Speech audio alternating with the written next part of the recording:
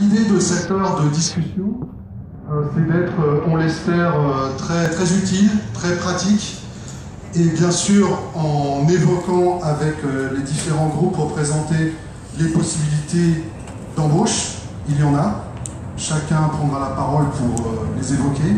Donc possibilités d'embauche, et puis aussi des conseils, je dirais, plus pratiques pour peut-être aider les gens qui ont besoin dans leur démarche, avec une vision, encore une fois, réaliste et, je dirais, pointue de tout ce qui touche au marché de l'emploi aujourd'hui en France.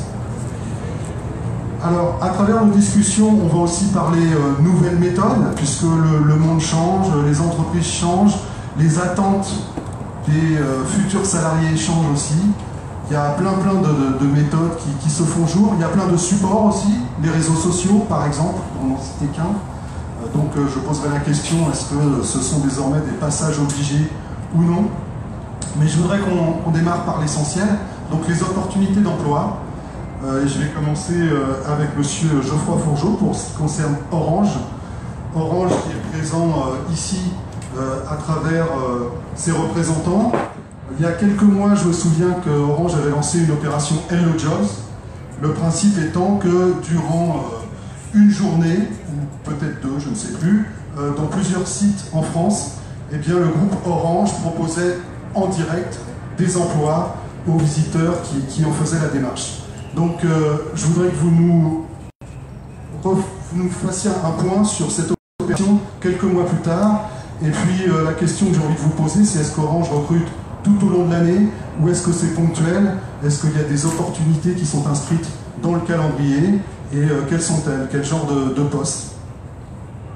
Bonsoir à tous et à toutes. Alors, je vais peut-être répondre à votre première question d'abord. Oui. Votre deuxième, pardon. Non, votre deuxième. Comme vous voulez. Alors, évidemment, on recrute tout au long de l'année. Je préfère commencer par ça. Évidemment, on est une entreprise qui recrute beaucoup. En termes de CDI, par exemple, vous donner une idée, on recrute à peu près 2500 CDI en France dans l'année 2018 et on recrutera en tout sur 2018 également 9000 stagiaires et alternants. Donc on recrute beaucoup de monde et donc évidemment ça ne se fait pas que au moment des salons comme celui-ci, comme Hello Job, parce qu'évidemment ça ne suffirait pas. Donc c'est tout au long de l'année que ça se produit, en particulier grâce à notre site internet et d'autres manifestations qu'on organise.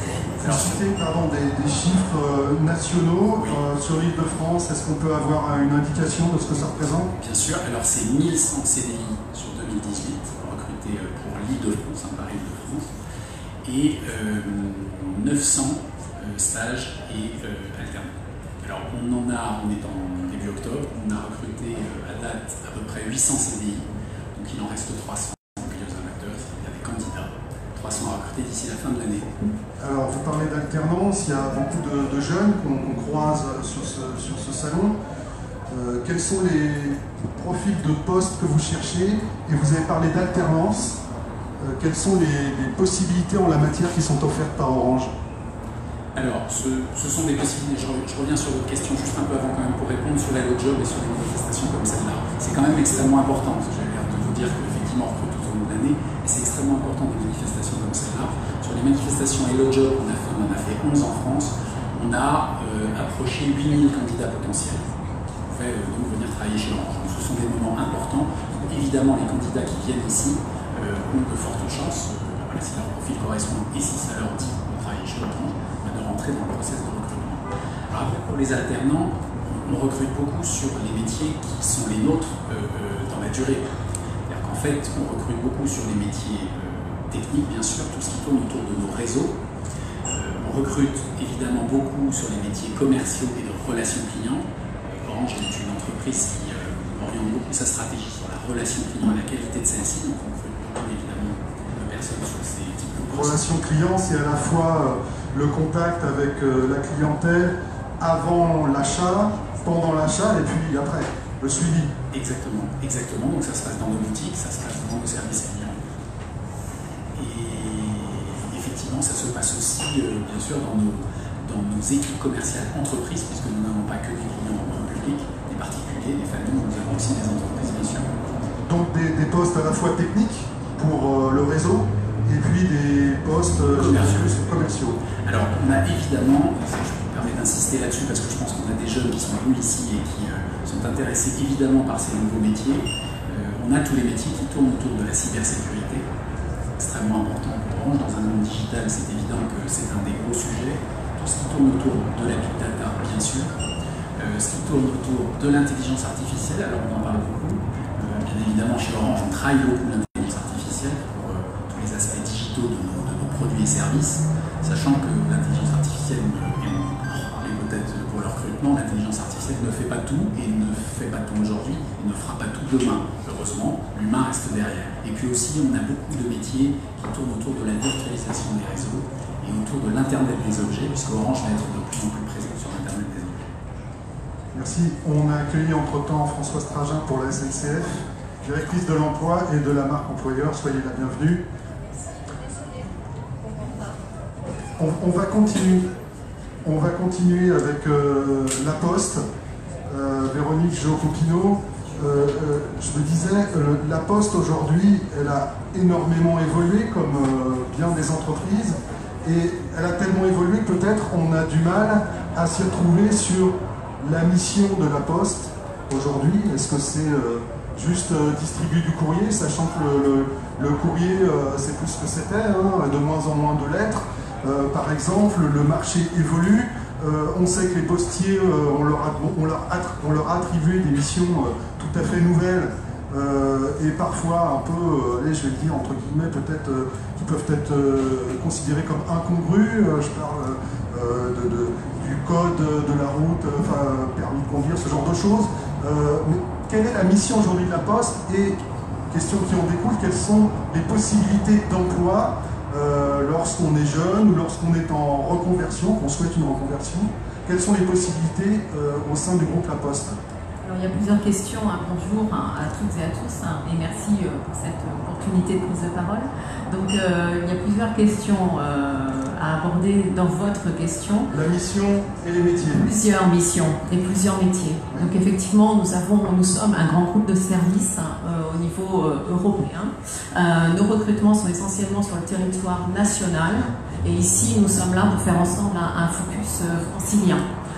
Donc au niveau du territoire national, au niveau des volumes, et après j'aborderai la question de la spécificité des activités. Au niveau des volumes, nous envisageons 5 000 à 6 000 recrutements annuels. Pour l'année 2018 qui s'écoule, nous avions un objectif de 5 500 annuels en CDI uniquement. À ceci, j'ajoute les plus de 5 000 contrats en alternance, les plus de 6 000 stages et les CDD que je n'ai pas dénombrés. Donc vous voyez de belles perspectives et de belles opportunités au sein du groupe à réaliser. Si je fais un focus Île-de-France et si je vais sur effectivement le site de recrutement du groupe La Poste, laposterecrute.fr, que vous pouvez retrouver facilement sur tablette, sur smartphone, puisqu'on est sur un environnement complètement responsive. Vous pouvez candidater également en ligne et donc vous trouverez 700 postes sur l'Île-de-France. Et si je fais un focus parisien intramuros, j'en ai plus de 200. Voilà. Donc après, vous pouvez sélectionner au niveau des niveaux d'études, des niveaux de diplôme, des filières professionnelles que vous souhaitez développer. Et donc pour rebondir et répondre sur la question des métiers, des missions, de la diversification. Les missions de La Poste sont effectivement multiples, puisque ce grand groupe de services propose à la fois des métiers sur la banque et sur son activité historique du courrier et du colis, qui du coup est en devenir en expansion liée à l'activité du e-commerce qui se développe. Donc nous proposons des postes de facteurs toute l'année, c'est un petit peu comme Orange, nous sommes en recrutement permanent. Nous avons également des postes sur la ligne conseil bancaire toute l'année aussi, qu'il s'agisse du conseiller clientèle, du chargé de clientèle également, bureau de poste pour la relation client. Et c'est dans ce sens où nous évoluons, puisque nous nous plaçons en face du client, nous allons au-devant du client, nous avons transformé notre manière d'accueillir. Pardon, deux groupes de suite qui nous parlent de relations clients, donc on voit que c'est quelque chose qui est en train de monter en puissance visiblement. Tout à fait, le client est au cœur de nos business, quel qu'il soit, est au cœur de la transformation des entreprises et c'est le client qui a toutes les attentions de l'entreprise. Et au sein du groupe La Poste, nous en sommes convaincus et notre mission, s'il devait y en avoir une seule, c'est simplifier la vie de nos clients. Et donc au travers de cette signature, simplifier la vie de nos clients, nous déclinons tout un lot d'activités, de services que nous proposons. Si je reviens au facteur, c'est à la fois un métier historique, mais un métier en transformation. Pourquoi? Parce que le facteur continue à distribuer du courrier et a l'avantage de passer devant les domiciles 6 jours sur 7. Et en complément, effectivement, il peut proposer d'autres services qui sont liés tant à la silver economy que des services liés à la proximité, aux services de proximité dont un certain nombre de nos concitoyens ont besoin dans un certain nombre de zones sur le territoire. Ça veut dire accompagner des personnes âgées, être présent, parce que parfois il y a des coins où finalement le facteur, c'est la seule personne qui passe dans la journée.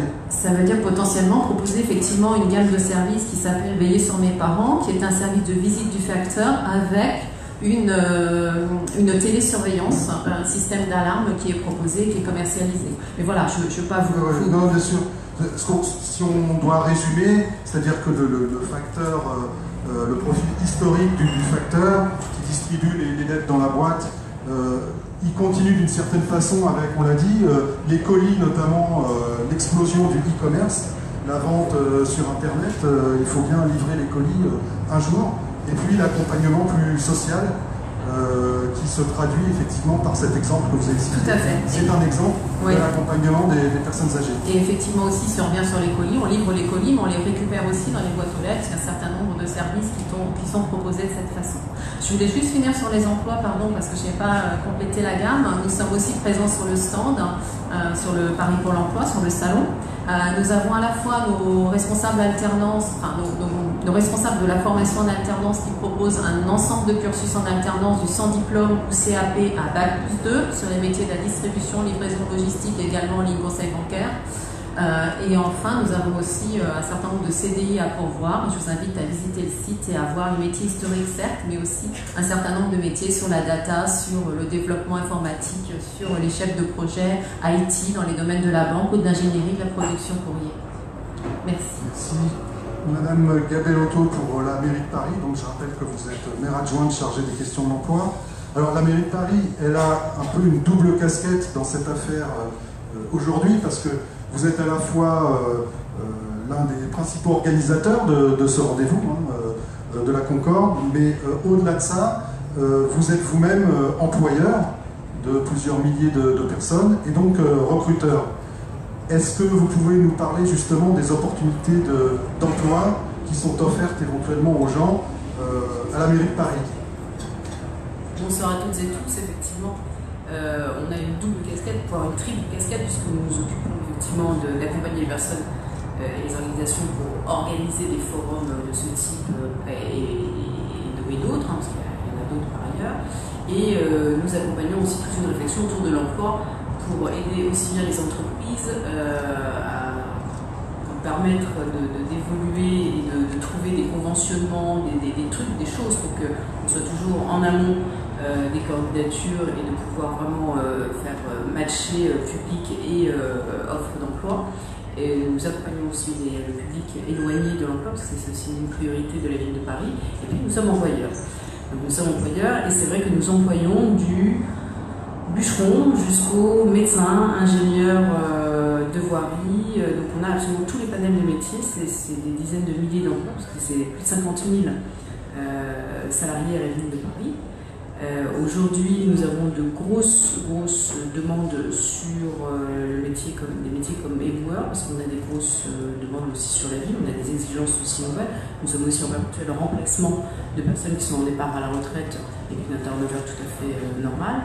Mais nous avons aussi développé de nouveaux équipements. Donc la ville de Paris investit énormément dans des équipements type sportif, crèche. Nous avons, depuis le début de la mandature, créé 3000 places en crèche supplémentaires par rapport à l'existant. Et nous comptons en créer 2000 supplémentaires jusqu'en 2020, c'est-à-dire 5000 places en crèche en tout. Donc c'est 5000 personnes, il va falloir du personnel pour s'occuper de ces bébés, nettoyer, entretenir. Il nous faudra des doctrices, des psychologues, des médecins, enfin, il nous faut énormément de monde. Donc c'est des centaines et des centaines de postes à pourvoir. Les secteurs qui sont le plus en tension, qui sont par exemple le secteur des bois ou de puéricultrice ou de secteur en tension, donc qui ne trouvent pas. C'est des hommes qui ne trouvent pas preneurs. On a vraiment beaucoup de mal à recruter. Voilà, c'est ça. Donc on a des procédures, parce qu'on ne recrute pas que sur que sur concours dans la ville de Paris, on a aussi tout un circuit hors concours, avec des procédures simplifiées pour pouvoir les postes le plus rapidement possible. Et puis on a tous les autres postes sur concours également. Mais la ville de Paris est un très gros employeur, les employeurs sur Paris intramuros. On a aussi des emplois en dehors de Paris, parce que nous sommes aussi sur les rivières, sur les forêts, enfin on a aussi des emplois en dehors sur l'île de France. Et comme je vous dis, c'est vraiment un spectre extrêmement large. Toute cette diversité en termes d'emploi étant concentrée à même, quel que soit le type de poste que je recherche, vous avez parlé de propreté, de petite enfance, de sport, d'espace vert, tout ça sur une première étape est concentré sur un même site d'accueil où on peut aller se renseigner. Alors, sur paris.fr, qui est le site de référence, c'est un outil, enfin c'est une gros outil, c'est un peu une encyclopédie, il faut l'avouer, parce que vous avez absolument toutes les informations, aussi bien pour votre vie personnelle, votre recherche de logement, d'emploi, de local commercial, enfin bon, mais tout est concentré sur paris.fr. Nous sommes présents sur tous les sites forums également, parce que nous sommes également présents au forum pour l'emploi ici, pour parler des métiers, faire comprendre aussi que la ville de Paris recrute de différentes façons et non pas que par concours. On est toujours assez bloqué en pensant que la ville de Paris, il faut forcément passer un concours avec un niveau d'études, pas un niveau d'études, mais ça peut aussi un peu bloquer les personnes. Donc on est présent comme tout recruteur classique, mais avec effectivement la possibilité sur le site de retrouver toutes nos offres d'emploi. Merci. César Morcillo, je voudrais qu'on passe à vous pour le groupe Bunzl. Qui est un groupe international. Vous travaillez sur la France, mais aussi dans d'autres pays. Le groupe est né en Angleterre, je crois. Est-ce que vous pouvez nous le présenter d'abord en quelques mots? Parce que là, on était sur Orange, La Poste, Mairie de Paris. Je ne suis pas sûr, je vous dis ça avec tout le respect que j'ai pour votre groupe, mais je pense que c'est bien dans quelques mots de présenter votre activité. Bien, bonjour à tout le monde, bonjour à toutes, bonjour à tous. Merci de me laisser ces quelques minutes. Bunzl en quelques instants. Donc déjà, c'est pas très facile à prononcer. En France, c'est principalement 3 marques. Une première marque qui s'appelle B-U-N-Z-L. Exactement. Donc en quelques chiffres, Bunzl, ça doit être 17 000 collaborateurs au niveau mondial et aux alentours de 10 milliards d'euros de chiffre d'affaires. En France, c'est 2200 collaborateurs et 660 millions d'euros de chiffre d'affaires. Principalement sur 3 marques. Donc la marque PLG, vous retrouverez ces 3 marques dans un stand ici qui est le stand D200, comme ça vous pourrez contacter les RRH qui sont là pour vous. Donc 3 marques PLG, donc distribution de produits d'hygiène, EDIS, distribution de produits d'hygiène, et France Sécurité, distribution de produits d'équipement de la personne. Et les 3 entreprises, en fait, elles ont un client, une typologie de client unique. C'est ce qui caractérise notre présence également ici à travers l'activité et que vous retrouverez dans un site internet B2B My Job, c'est les entreprises qui sont orientées vers d'autres entreprises. Donc nous ne vendons pas à des clients particuliers, nous vendons exclusivement à des entreprises qui sont nos clients. Donc ces entreprises ont besoin d'acheter nos produits pour pouvoir fonctionner, que ce soit des industriels agroalimentaires pour fabriquer des produits que vous allez trouver dans les supermarchés, que ce soit dans les crèches dans lesquelles vous allez déposer vos enfants, la désinfection des lieux, le nettoyage des lieux sont faits à partir de produits que nous distribuons, ou l'hôpital dans lequel peut-être vous allez de temps en temps, que ce soit du bloc opératoire à la chambre dans laquelle vous séjournez.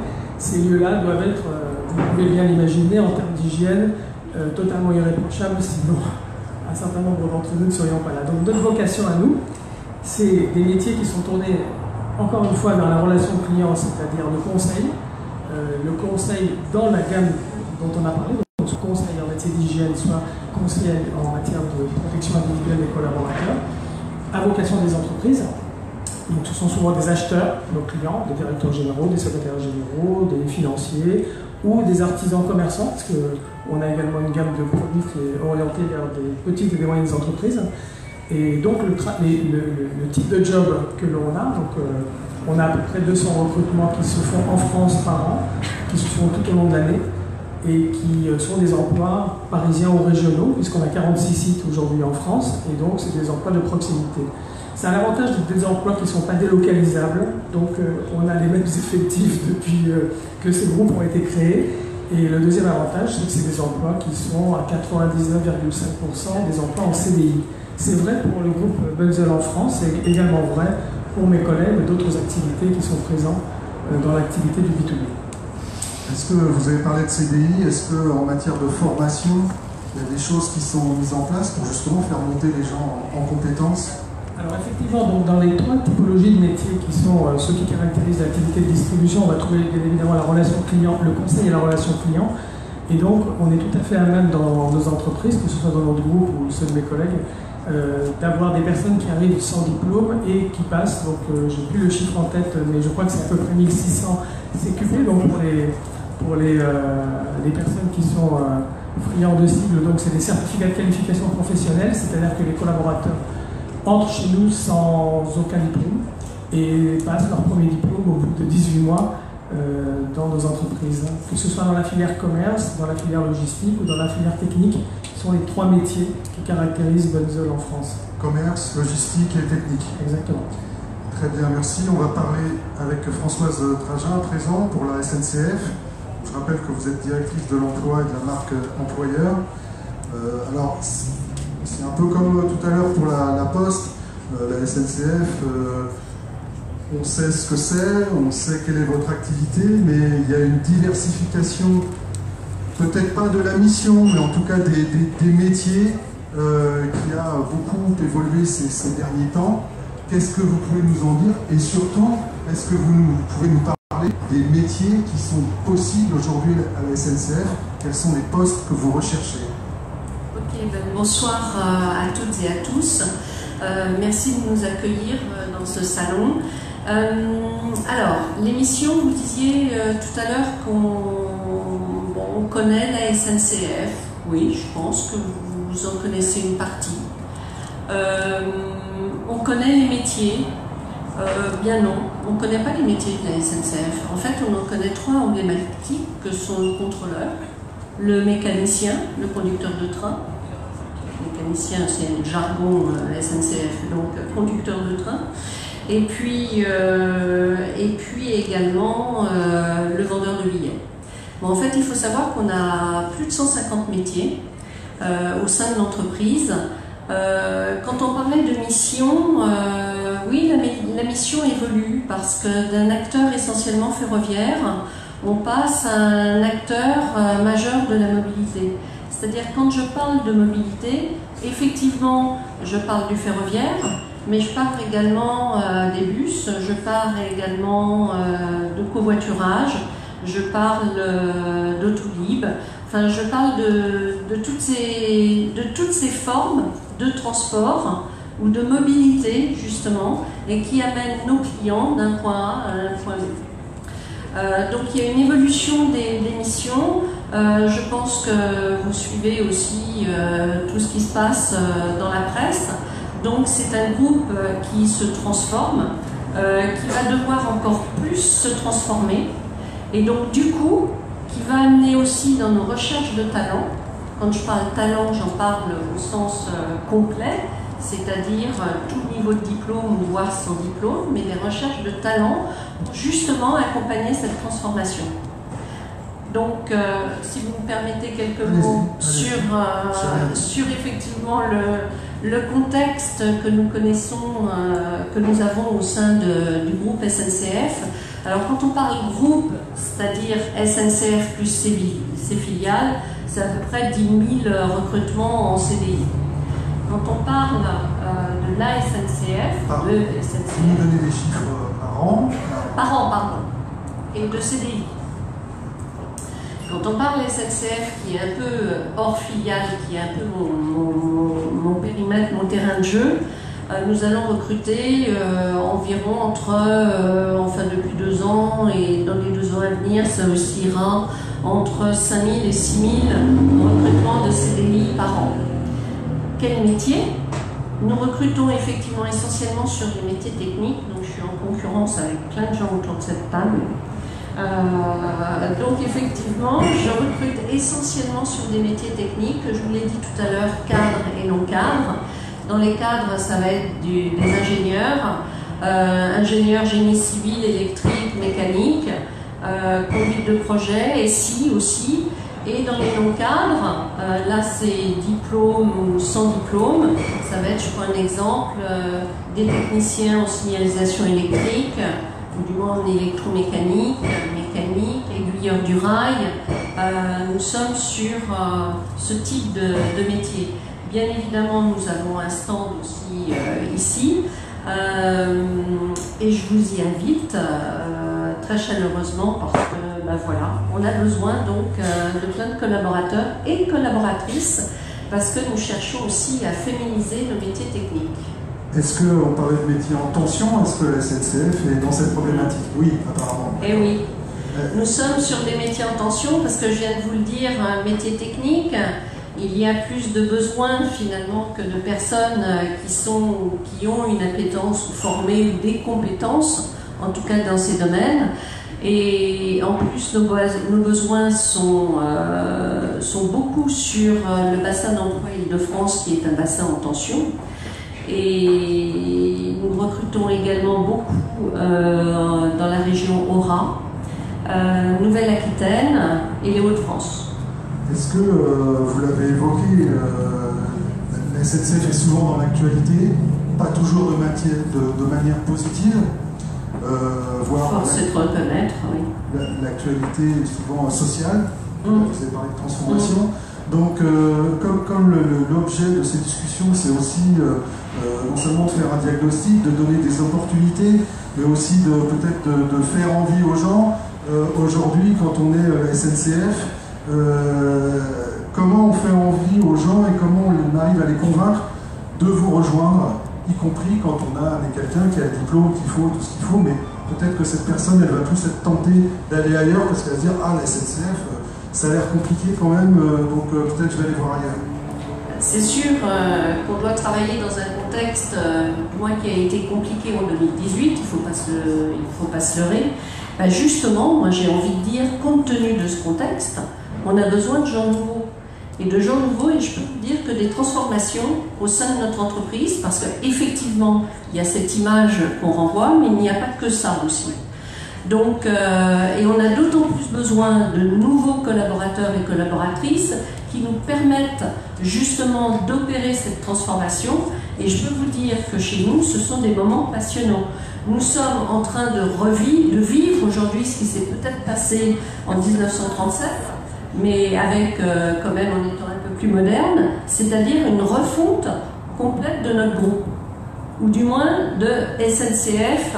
Je parle essentiellement la réseau, le transporteur SNCF. Hein. Et donc, il y a une dynamique qui doit s'assumer. Et certes, on recherche des compétences techniques, je viens vous les dire, mais on cherche surtout des collaborateurs et collaboratrices qui sont capables de nous aider d'ailleurs aussi, mais aussi... Voilà, ça y est, ça commence. Là, c'est quasi un lapsus révélateur, hein, mais oui, qui sont capables de nous aimer, parce que je peux vous dire que c'est une entreprise qui est très attachante, quand on la connaît, effectivement. Et effectivement, on cherche des gens donc, qui sont capables d'embarquer aussi nos équipes dans cette transformation. Et ça, je dirais que c'est ça le plus important. Certes, encore une fois, des compétences, mais surtout cette capacité à faire bouger les lignes de l'entreprise. Et ça, pour nous, et à tous les niveaux, hein, j'entends, quand je dis faire bouger les lignes de l'entreprise, ce ne sont pas seulement les cadres qui vont faire bouger. Il faut savoir que nous sommes une industrie, que nous sommes une entreprise industrielle et de services. Donc dans tous ces domaines, nous avons besoin de gens capables de mener cette transformation. Et je peux vous dire que c'est un enjeu qui est super. Eh ben, c'est un bon plaidoyer, bravo. Pour ce qui est de... Je voudrais qu'on revienne à la nouveauté, aux méthodes de recrutement des uns et des autres. Et là, c'est une question ouverte, même si, Monsieur Fourgeau, je vais revenir quand même vers Orange, parce qu'on l'a vu ici avec...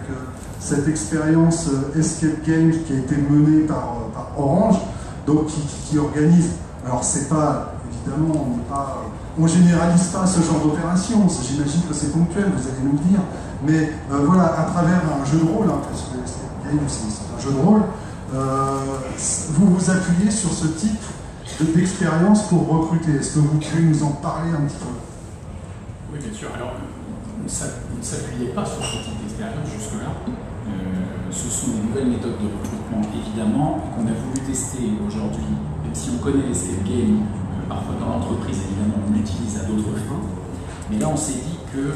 En deux mots, c'est rassembler des gens, un groupe de gens, et leur propos, enfin, les enfermer, entre guillemets, en tout cas les mettre dans une situation où ils vont devoir réfléchir ensemble pour trouver des solutions et se tirer de ce mauvais pas. Oui, en fait, c'est un jeu d'énigmes. En fait, c'est un jeu d'énigmes que vous essayez de résoudre en équipe. Donc, ce sont des énigmes simples où tout le monde peut participer. En général, vous trouvez même les réponses quelque part si vous êtes curieux dans le jeu lui-même.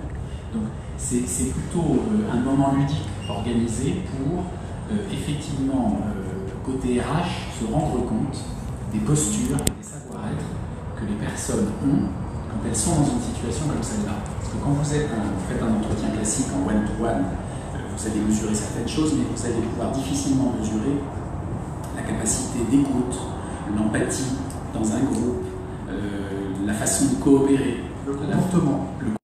Bref, ce qu'on appelle aujourd'hui les soft skills, non pas les savoirs techniques, les savoir-faire, mais là on est sur le registre du savoir-être.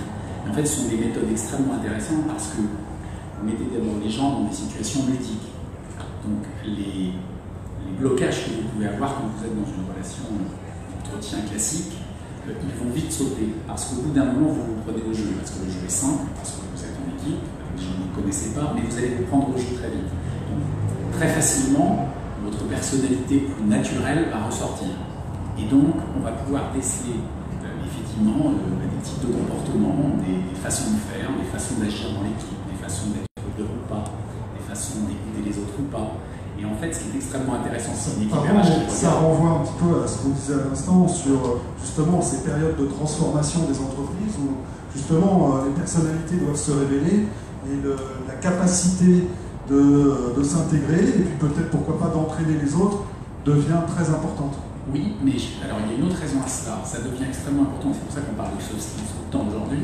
C'est presque une mode, mais ça se comprend. C'est parce que tous les savoirs et les savoir-faire, tout ce qui relève de la technique et des apprentissages classiques, aujourd'hui la technologie nous l'apporte. Donc qu'est-ce qui fait la différence aujourd'hui en admettant que l'intelligence artificielle, en admettant que la data, en admettant que toutes ces technologies-là vous apportent l'information, les compétences techniques elles-mêmes, vous n'avez pas besoin de les apprendre. En revanche, ce qu'il va falloir apprendre, vous possédez quand vous êtes dans une entreprise et quand vous y arrivez, ce sont évidemment des postures, des comportements, des savoir-être. Et là, ça, c'est pas l'intelligence artificielle qui va vous l'apporter. Elle ne vous l'apportera pas dans 10 ans. On est bien dans le registre de la relation humaine. Et effectivement, ce genre de mesures, lors de petits exercices, alors attendez, soyons clairs, hein, c'est pas parce qu'on fait un escape game là que, en fait, quand on a repéré comment il fonctionne, on dit on ne fait pas. C'est un élément mineur, mais un élément d'aide à la décision pour effectivement avoir des candidats dont on pense que les postures correspondront à celles qu'on attend dans l'entreprise, posture de service client, posture d'ouverture, de curiosité, etc., comme on cherche. Madame Jo Poupineau, pour la Poste, ce genre d'initiative, d'expérience, c'est quelque chose que vous pratiquez aussi? Ou qu'est-ce que vous pouvez nous dire sur justement ces nouvelles méthodes, ces nouveaux outils qui viennent apporter quelque chose dans le recrutement? Alors nous, ce que nous avons testé plus récemment, qui est quelque chose qui existe déjà depuis quelques années, mais que nous n'avions pas mis en pratique dans le recrutement, et finalement l'entretien vidéo et qui rejoint la volonté de démontrer ou de connaître mieux en tant qu'employeur le savoir-être du futur collaborateur qui se présente à nous. Et du coup, sur nos métiers commerciaux notamment, on insiste beaucoup sur la possibilité en ligne de répondre à un certain nombre de questions pensées bien sûr en amont par l'employeur.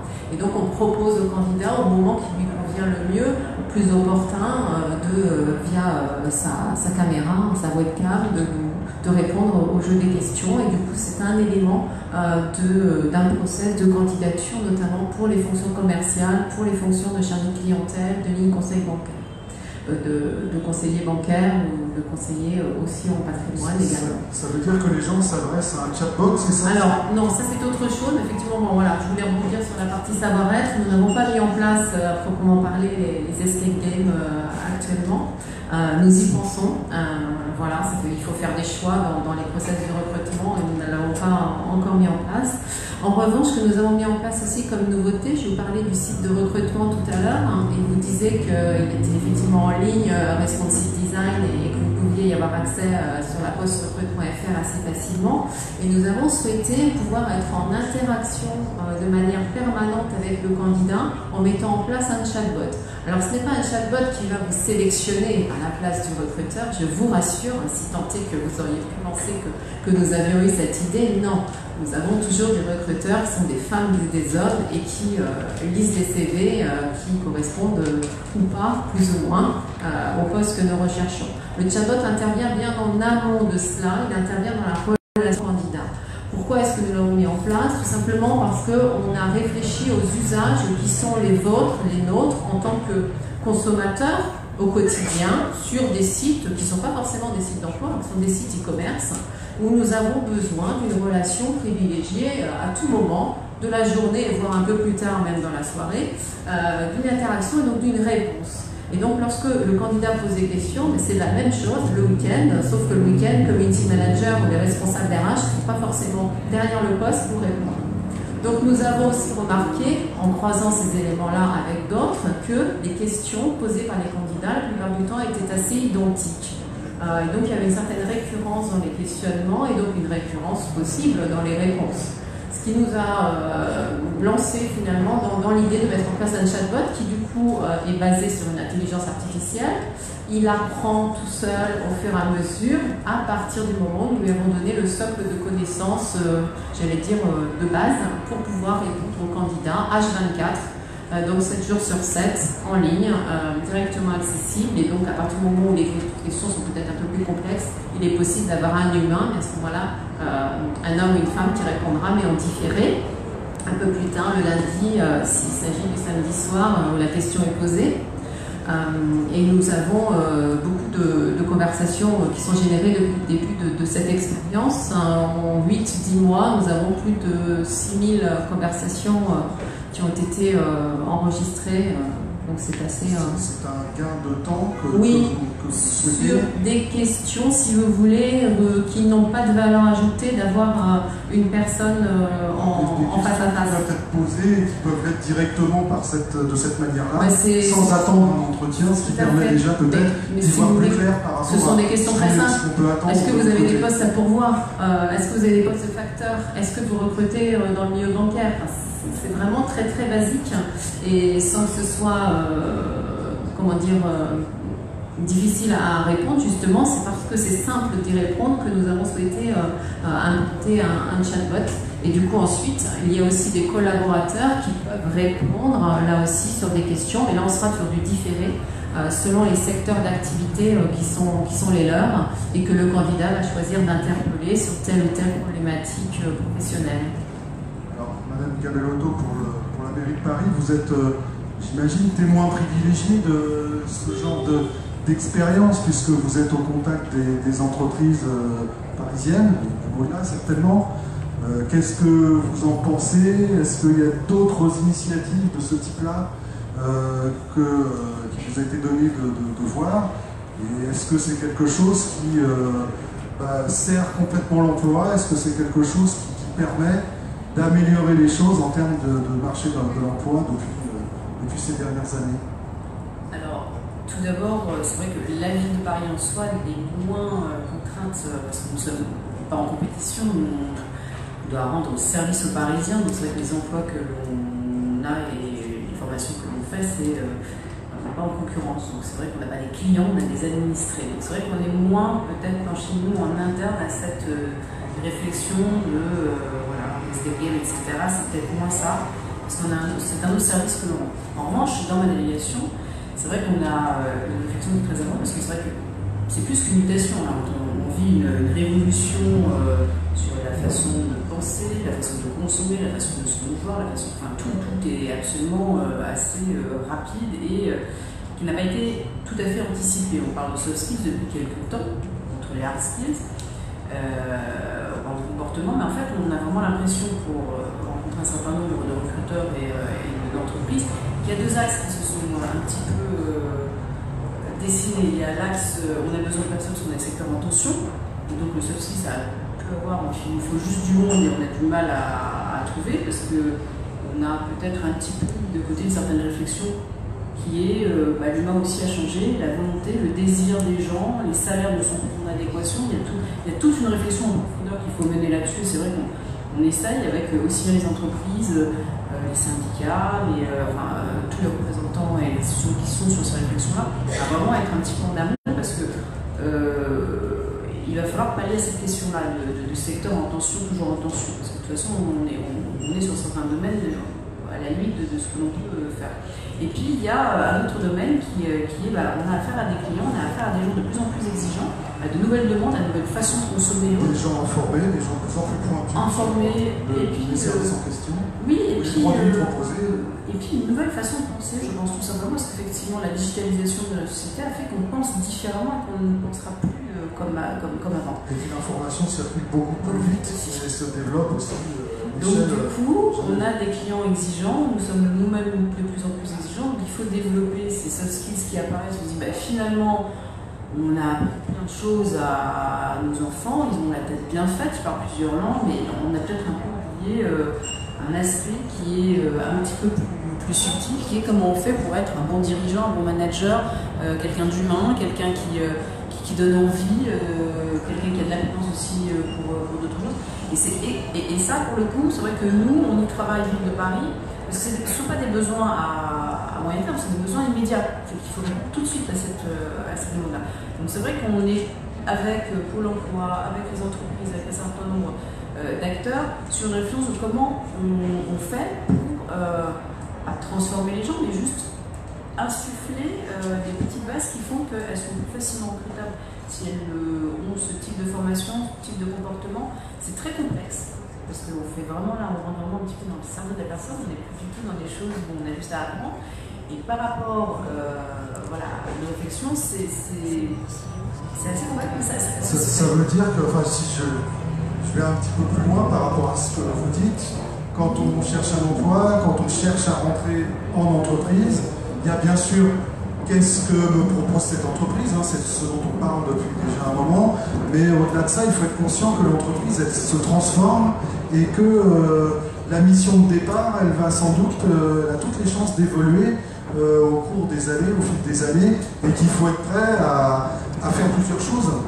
Oui, mais moi je dirais un peu plus, c'est que les entreprises ont aussi leur responsabilité là-dedans. C'est-à-dire que on sait qu'il y a une transformation dans la société, on a des emplois, mais un grand nombre d'entreprises aujourd'hui en ont totalement conscience, doivent former leur personnel tout au long de leur vie pour se retrouver justement à un moment dans une espèce de blocage où on est plus tout à fait employable, on n'est pas au bout du jour parce qu'on n'a pas les formations adéquates par rapport à la transformation aujourd'hui digitale, on a beaucoup de personnes qui ne sont pas à niveau sur un certain nombre de produits, mais également sur comment on évolue aussi dans son entourage, etc. Donc l'entreprise, et c'est pour ça qu'on travaille avec un certain nombre d'entreprises qui ont pris conscience de ça et qui développent des formations, des séminaires, qui ont vraiment cette conscience-là.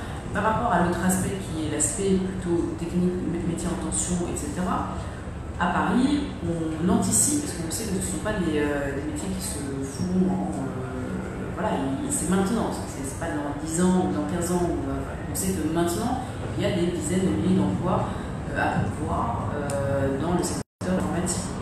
Donc on a développé des formations Paricode, qui est une entité qu'on a créée pour aider les entreprises à recruter plus rapidement, avec des formations courtes, de trouver ou des entreprises ou des structures qui peuvent fournir ces formations, en priorité au public le plus éloigné, aux femmes, pour avoir de la diversité aussi dans le secteur où on est tout à fait sous-représenté, et puis en 8 mois, 7 mois, parce qu'on n'a pas que des ingénieurs épithèques dans ce milieu-là, mais on a aussi besoin de toute une chaîne. C'est important, effectivement, le numérique ne veut pas forcément dire très haute qualification, il y a vraiment toutes sortes de métiers pour tous les niveaux.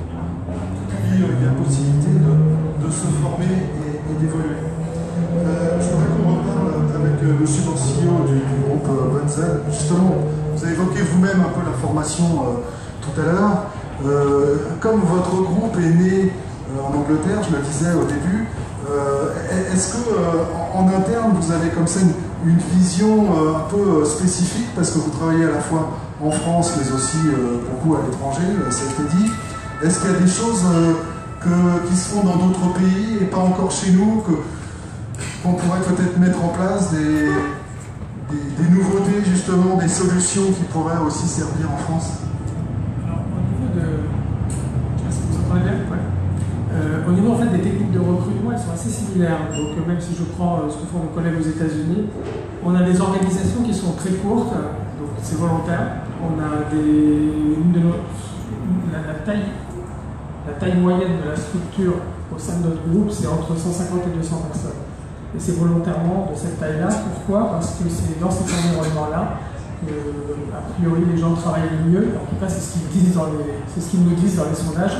C'est-à-dire une hiérarchie courte et des réponses à des questions tous les jours. Ça veut dire que, par exemple, les personnes qui sont ici présentes pour recruter, c'est les RH qui sont présents dans les sites, et c'est les RH qui vont gérer ceux d'entre vous, je l'espère, qui rentreront chez nous. Et ça, on y tient beaucoup, et c'est vrai... Pardon, ça veut dire que chaque site a son responsable RH. Il y a un responsable régional, et c'est le responsable régional qui est responsable de ce recrutement. Et alors, j'y tiens personnellement, c'est que quand quelqu'un envoie un CV, alors il l'envoie souvent aujourd'hui par mail, ou il nous l'envoie par LinkedIn, ou il m'envoie dans un réseau social son CV, c'est d'ailleurs une très bonne manière de nous trouver. Eh bien, le point fondamental, c'est que quelqu'un qui cherche un job, il faut qu'on le dise vite. C'est oui, c'est non, c'est possible, c'est pas possible, c'est à tel endroit et pas à tel endroit. Et donc ça, moi j'y tiens, c'est vraiment très fort pour nous, et c'est la politique de notre DRH Monde. On n'a pas beaucoup d'outils sophistiqués. Les outils qu'on nous demande, c'est des multi-entretiens, donc on est assez standard. On n'a pas d'outils technologiques, ou même mes collègues aux États-Unis qui ont des structures qui sont énormes par rapport à la taille française. En revanche, c'est le candidat qui vient, il voit la personne qui peut décider, et la personne qu'il a en face peut décider sur le champ. C'est-à-dire que vous allez rencontrer directement le décideur, et non pas un intermédiaire qui va rendre compte à une autre personne. Et je peux vous dire que depuis un an, le marché s'est énormément tendu, et que même en ayant un décideur en face de vous, il nous arrive tous les jours que le candidat qu'on a vu le matin, le soir, n'est plus disponible. Donc, toute organisation qui aujourd'hui, à mon sens, mettrait beaucoup de temps à réagir, risque de perdre des candidats de talent. Et aujourd'hui, il y a des métiers qui sont en tension. Moi, j'ai des métiers, j'ai pas de candidat. Je passe une annonce, j'ai pas de candidat. Je suis obligé de chasser pour essayer d'attraper quelqu'un qui puisse... Donc là, on peut venir vous voir, vous avez des propositions immédiatement. Voilà, vous avez les décideurs qui sont dans le stand, et c'est elles et eux qui vous géreront si vous nous rejoignez. C'est aussi simple que ça. On va arriver vers la fin de cette heure de discussion. J'en profite pour me tourner vers le public. Si jamais il y a des questions, il faut les poser maintenant, parce que dans 5 minutes, ça sera terminé. Donc allez-y, peut-être levez le bras si quelqu'un veut prendre la parole.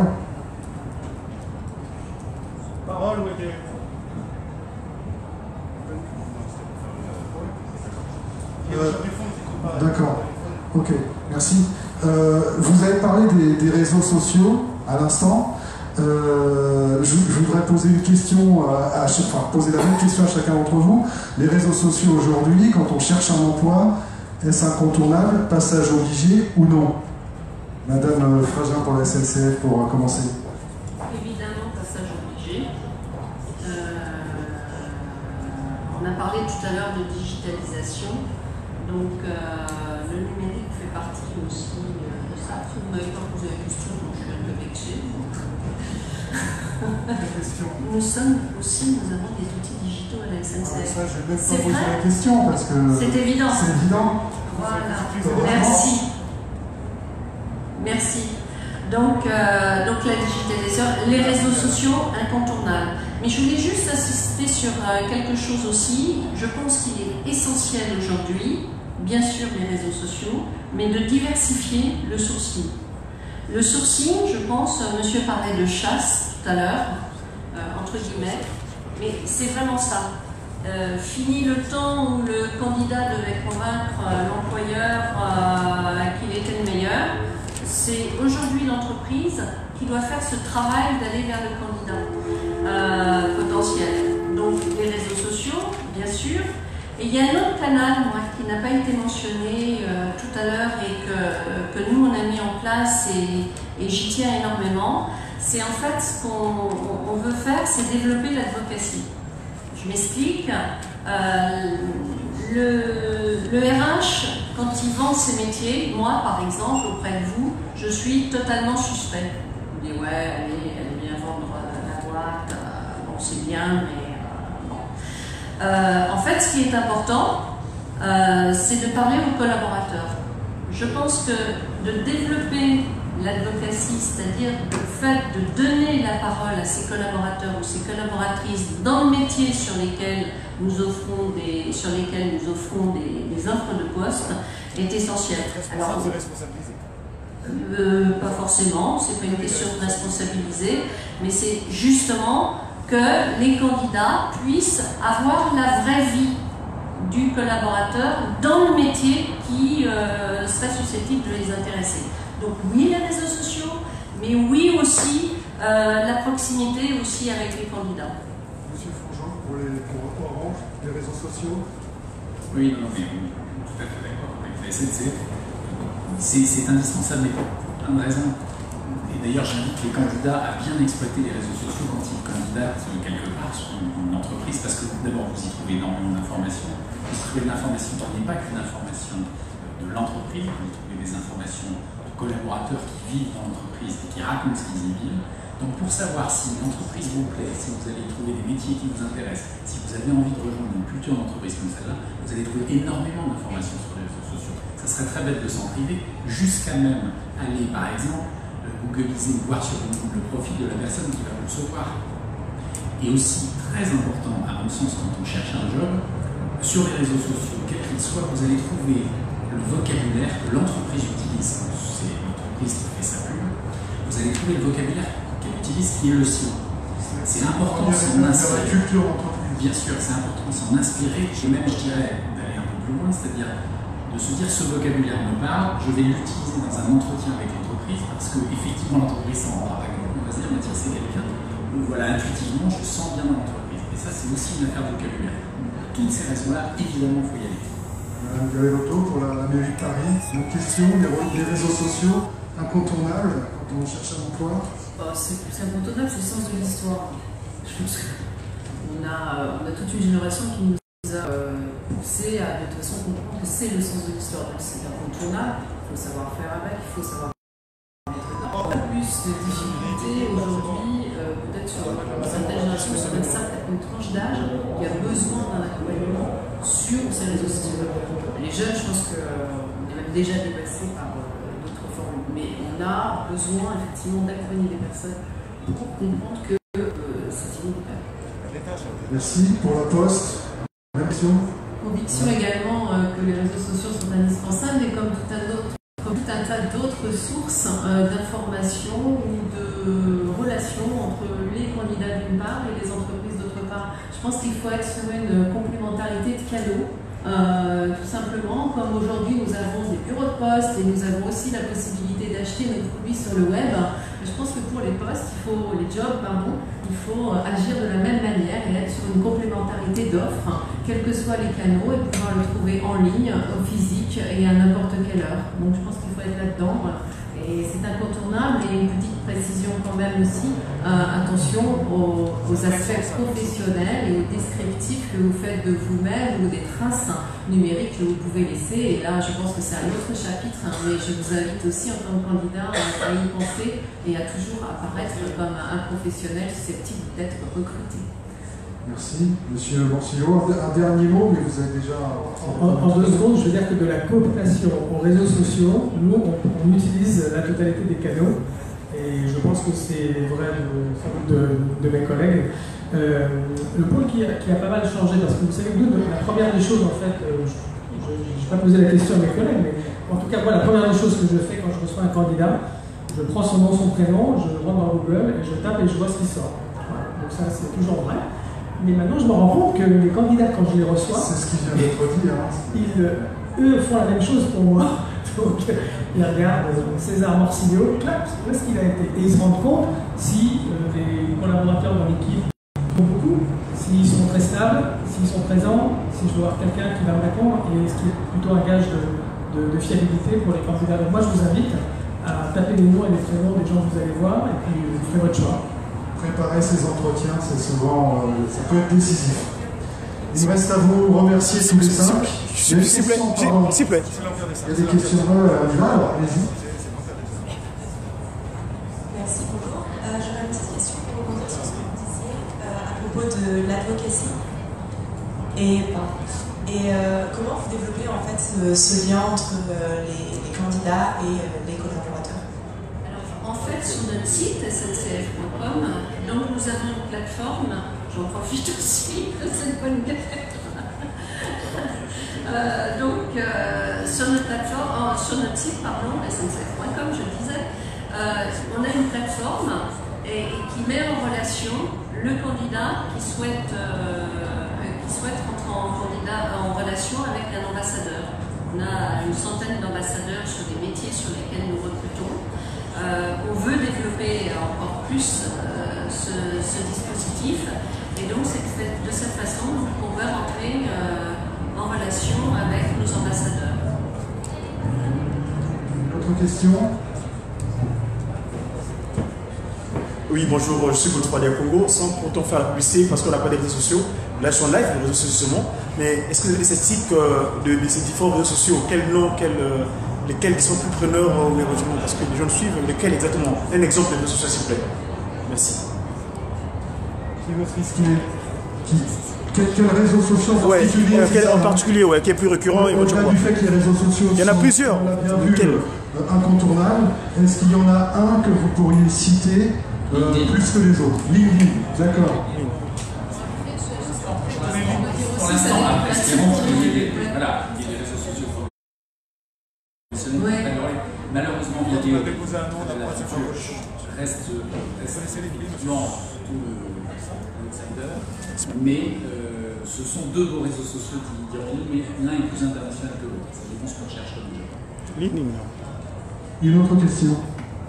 Bonsoir, Sylvie Magnus, chasseuse de tête revenant de Silicon Valley. Je peux vous dire que tout est mieux à Paris. Donc deux questions, salaire. C'est un peu une surprise, les salaires sont moitié moins élevés qu'en Californie. Donc stratégie salaire. Et la deuxième question est liée à l'innovation. Donc que pensez-vous de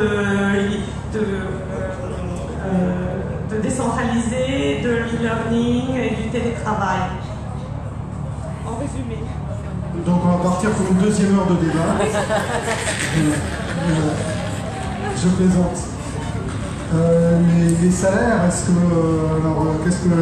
comment aller plus loin dans la question? Quelle est votre politique de salaire par rapport aux gens qui entrent dans l'entreprise? Est-ce qu'il y a une véritable attractivité? Ça peut être aussi, pour vous, employeur, un moyen de se distinguer de la concurrence? Alors, moi je ne vais évidemment pas raconter notre politique de rémunération à tous ici, ce sera avec des candidats qu'on a envie, mais quand même globalement il ne faut pas se raconter. Vous avez un candidat en face non, de vous? Effectivement. De toute façon, je vous ai dit entre ce qui concerne SNCF, et je pense que j'ai mon voisin de gauche, donc on est dans les mêmes, pas dans les mêmes recherches, mais en tout cas on est assez concurrents sur une recherche de candidats. Au niveau salaire, il est clair, je vous ai dit tout à l'heure qu'on recrutait sur des métiers techniques, donc des métiers en tension, sur des bassins d'emploi en tension, donc une forte concurrence entre nous. En plus, c'est très bien pour l'économie, mais dans un marché de l'emploi qui est plus dynamique. Donc automatiquement qui exacerbe la concurrence. Donc automatiquement sur notre politique de rémunération, ce contexte questionne sur la politique de rémunération. En tout cas, nous sommes conscients de ça et ça peut amener des évolutions. Oui. Ce qu'il faut dire aussi, c'est qu'à partir du moment où il y a des métiers en tension, justement, vous l'avez dit vous-même, il y a de la concurrence. Le candidat peut en jouer justement pour en profiter. Bien sûr, il faut savoir que les candidats dans les compétences que nous recherchons tous, et plus facilement, il est constamment courtisé et sollicité. Donc il faut qu'effectivement la politique de Rému peut être un élément de différenciation. Merci. Une précision? Parce que nous avons fait un petit brainstorming sur justement les difficultés des jeunes de moins de 26 ans à trouver un emploi et puis pourquoi les entreprises avaient du mal à recruter. Juste une précision, parce qu'on a eu un chiffre assez intéressant par les sociologues. Il y a 50 ans, un jeune de 20 ans gagnait 2 fois plus qu'un jeune de 20 ans aujourd'hui. Moins de problèmes aussi, et sur les secteurs de tension, ça demande vraiment une vraie réflexion sur la rémunération aujourd'hui en 2018, je pense. Juste une précision, je crois qu'il est important quand on parle de rémunération de parler package. Je dirais la rému, ce n'est pas seulement le salaire aussi. Enfin, je pense que c'est important. Mais non, c'est pas que le salaire automatiquement. Il y a un tout, le salaire en fait partie, bien évidemment, mais il y a le package. C'est vrai pour une entreprise, un groupe comme la SNCF, sans doute c'est pas vrai partout. Je pense que chaque entreprise peut être un cas particulier, chaque groupe aussi. Une dernière question. On s'arrête là. Je vous remercie tous les... Ah, pardon.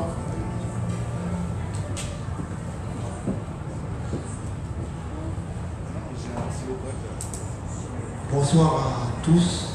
J'ai une question pour la responsable de la SNCF. Voilà, moi j'ai 28 ans et j'ai jamais travaillé de ma vie. C'était pour savoir si éventuellement quels sont les processus de recrutement pour les gens qui n'ont jamais travaillé. Je vous ai dit effectivement qu'on recrutait des personnes sans diplôme. Donc vous venez me voir tout à l'heure à la fin et on en parlera tous les deux. Merci.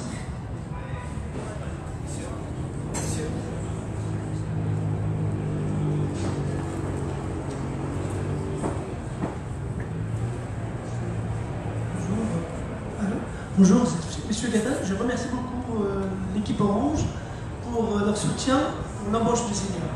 Voilà, c'est tout. C'est vrai qu'on a parlé pas mal des jeunes. On aurait pu aussi parler beaucoup, enfin je ne sais pas si c'est par mais la reconversion, tout ça. Il n'y a pas que les jeunes, il y a aussi des gens qui cherchent du travail, qui sont seniors ou autres, mais voilà, toutes les classes d'âge peuvent être en situation de chercher un emploi. Merci beaucoup à tous les 5, et puis bonne fin de journée, bon courage pour ceux qui cherchent un emploi. À très bientôt. Merci. Voilà, donc au nom du Père, qui Kelo, du Fils dit, Papa de l'Anani, et de l'Esprit, sa divinité, Tata Kimbangu Kangani, nous étions ici à Paris, place La Concorde, où se déroule sur 2 jours le salon Paris pour l'emploi. Vous savez que nous sommes en Occident, nous avons pour mission, en tant qu'ambassadeur, de donner la bonne nouvelle de Kimbangu, mais autre part, c'est que nous avons le devoir de construire une Kamba. Et construire une Kamba nécessite quelques moyens financiers. Et c'est pour cela donc nous avons diffusé ce live afin de nous savoir ici en région parisienne la procédure, quelles sont les disponibilités, comment pouvoir être capable de trouver un endroit où s'occuper pécuniairement afin de construire une Kamba Nouvelle-Jérusalem. C'était donc Diakongo, comment vous allez j'ai sa divinité Tata Kimbangu Kutima Kangani. Je vous dis à très bientôt et bonne soirée.